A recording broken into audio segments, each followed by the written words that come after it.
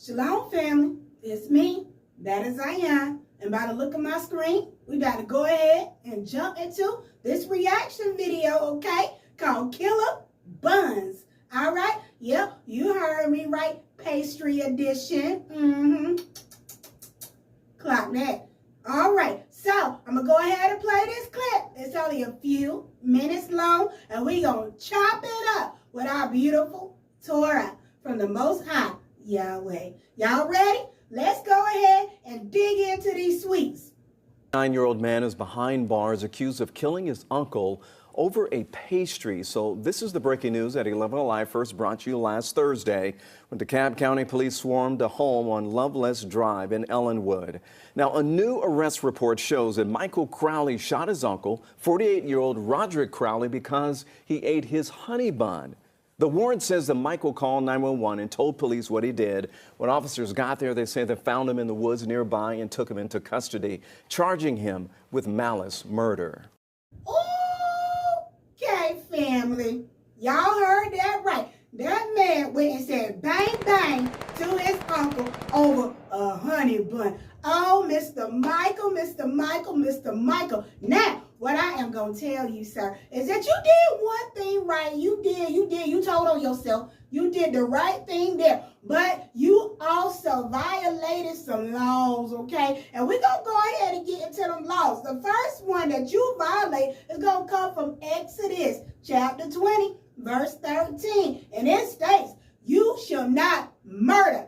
You should not murder. And what did you do over here on this nice news station that they just broadcasted? You murdered. And you ain't even murdered for a good reason, baby. You murdered for something that's only $1.50. $1.50 off.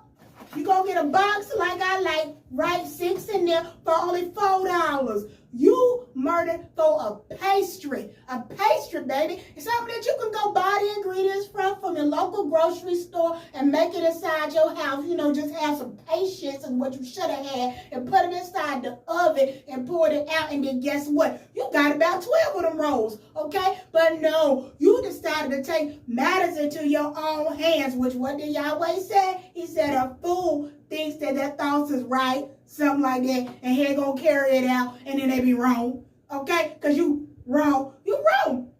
Like, what's so bad with you going to the daggone stove? Look at that. You see how I went to the stove? I went and I got a box of honey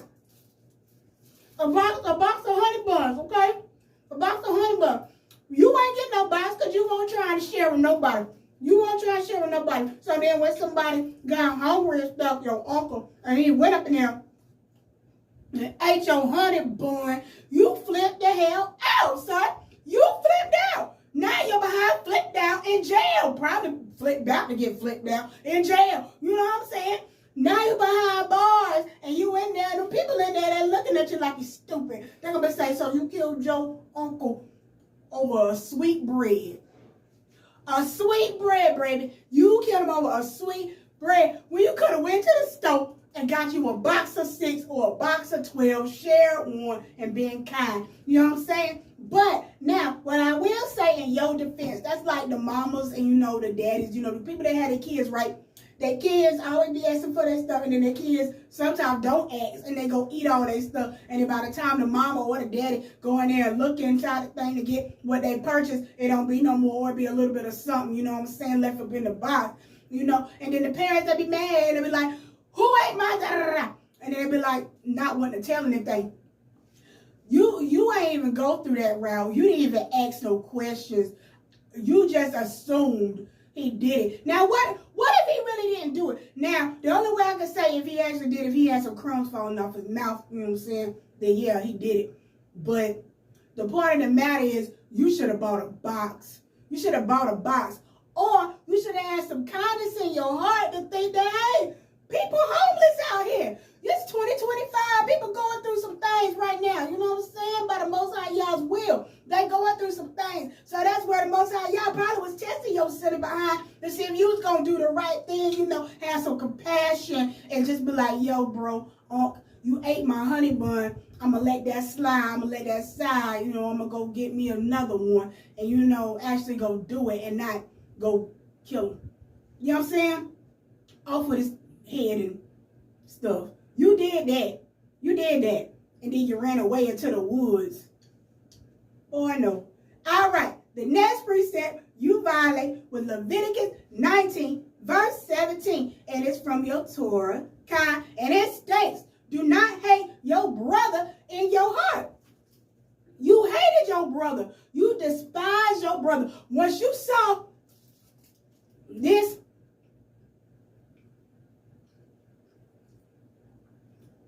and this,